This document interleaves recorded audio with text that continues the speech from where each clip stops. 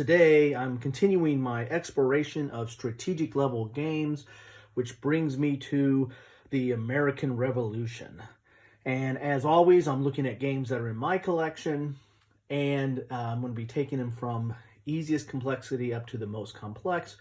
Not saying that they're complex games, but that's just the progression I'm going to take. And the first one I'm going to start with is 1775 Rebellion, the American Revolution. This is from Academy Games, and this is very similar to, as I've talked about before, 1754, which dealt with the French and Indian War. This is a cube pusher in some respects. You're going to have a map that is basically an area control type game where you're going to be moving up the seaboard, the Atlantic seaboard. Look at my maps all over the place here. And moving your cubes around. There we go. There's the south. And you get up here to the north. I'm kind of stuck there a little bit. There we go. So you'll be moving cubes into different areas, and the cubes represent your different forces. And you actually have the starting areas for your cubes on the map, which is kind of nice.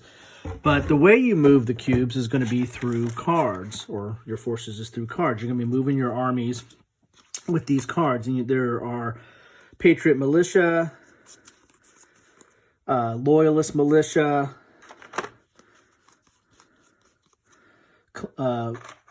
Continental Army,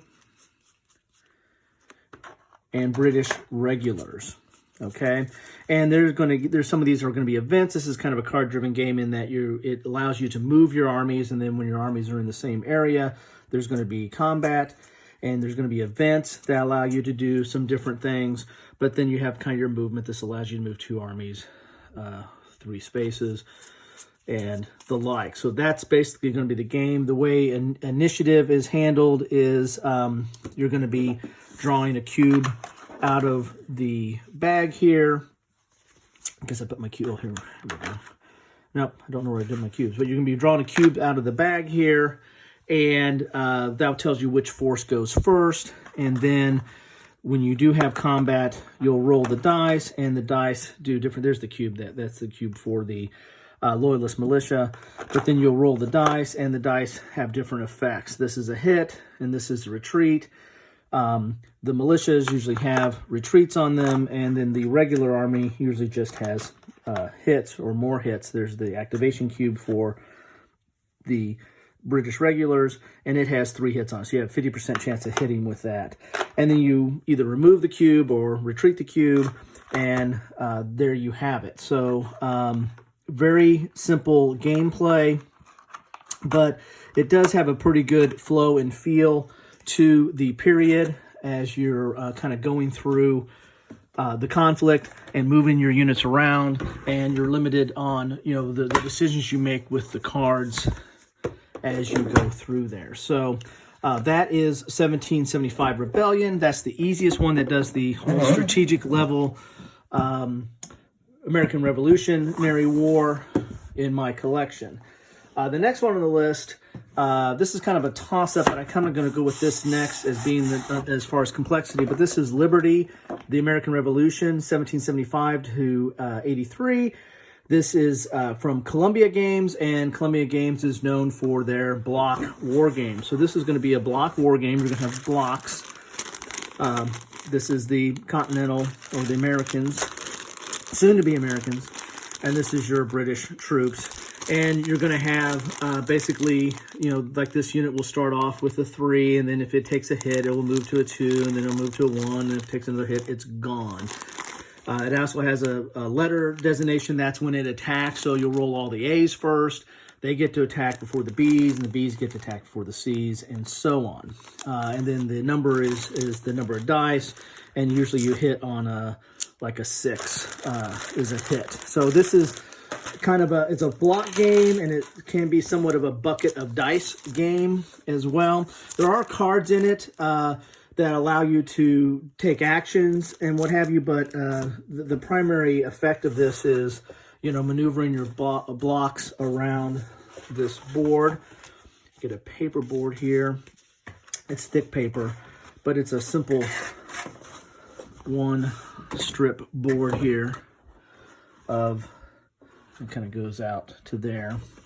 But it's hexes, and they're pretty good size hexes because you're going to be putting several blocks in there, and you're moving around the board trying to take over some key areas on the board using the cards to activate. And there you have it. The rules are not overly complex. I printed out an extra copy here of the rules. Looks like we're 8 pages of rules, and of course that's the setup and index on the back. So you're about 7 pages of rules.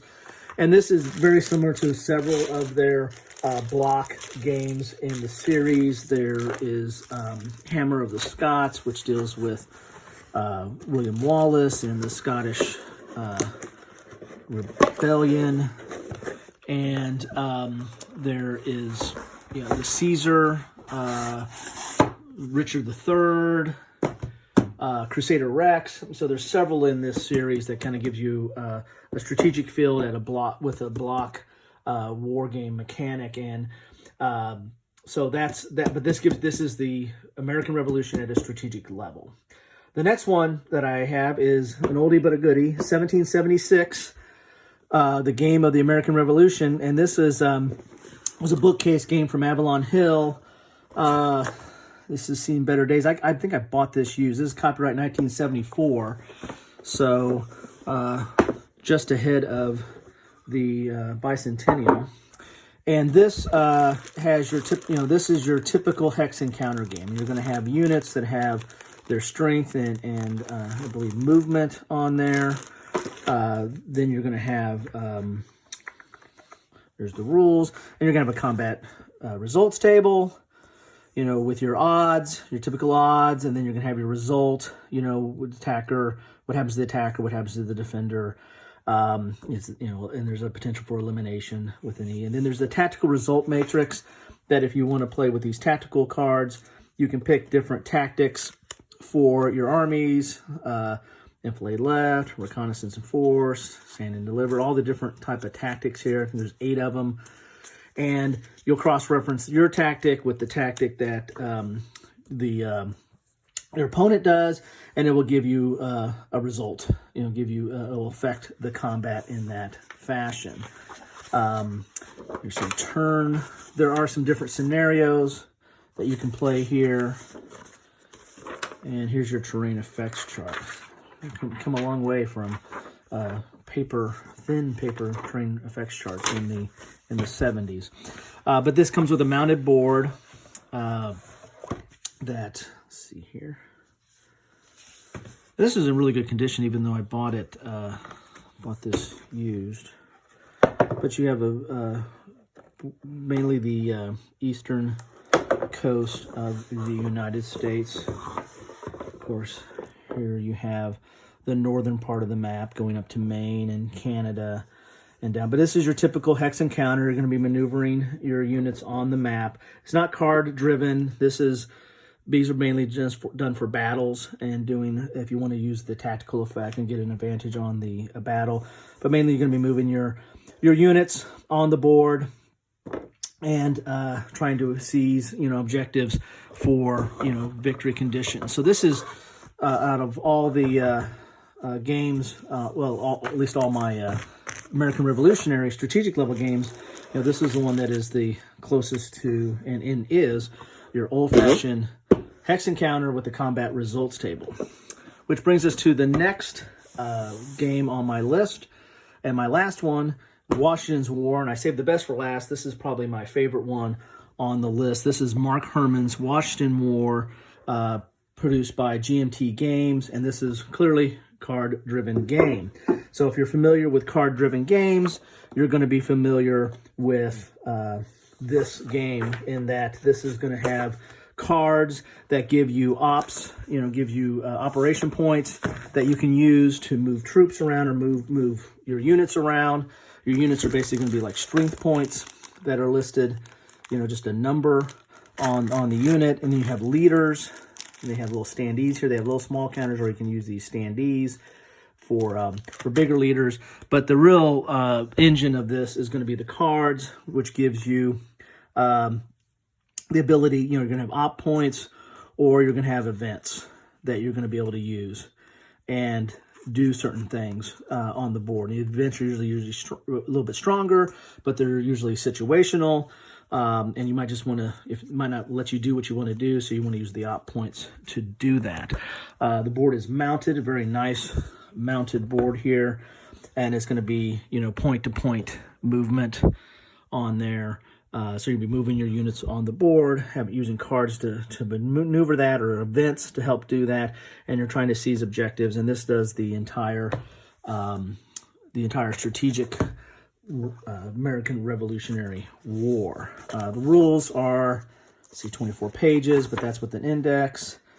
So you're looking at 23 pages, but again, there's a lot of examples in there. It's full color, and it is, again, if you're familiar with card-driven games, then this is right up your alley. Here's the playbook that gives you an example of play, a full color example of play, which is good if you're not familiar with these kind of games. That's a good way to get into it. And then you also have your player age, which is sequence of play.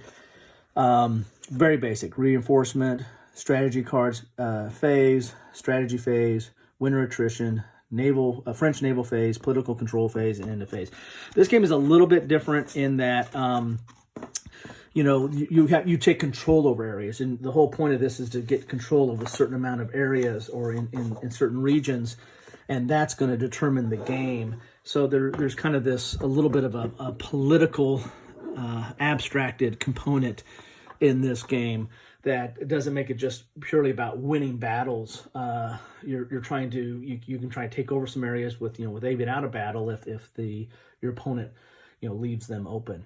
So this is my assortment of American Revolutionary games, and this one, out of all the series that I've done here, this one probably gives you one of the better sets of variety, because you go from a cube with some Euro type mechanics to blocks, which is a very kind of unique way, and also has the hidden or have fog of war, hidden movement kind of aspect to it. You don't know what forces you're facing.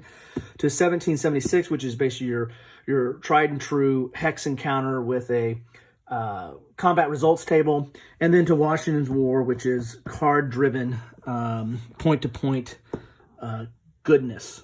So there you have it. If you found this helpful, then please like it. If you want to see more, please subscribe. Really love to see your comments. If you played these 4 games, what do you think about these 4 games? How do these 4 games compare? Do they model the strategic level Revolutionary War in good? Does one of them model it better or worse than the other? Are there other games out there? I know there are other strategic level American Revolutionary games. I've played some of them, but these are the ones that are in my collection, so that's what I'm covering for you today. But please leave some comments, and as always, thank you for taking the time to watch.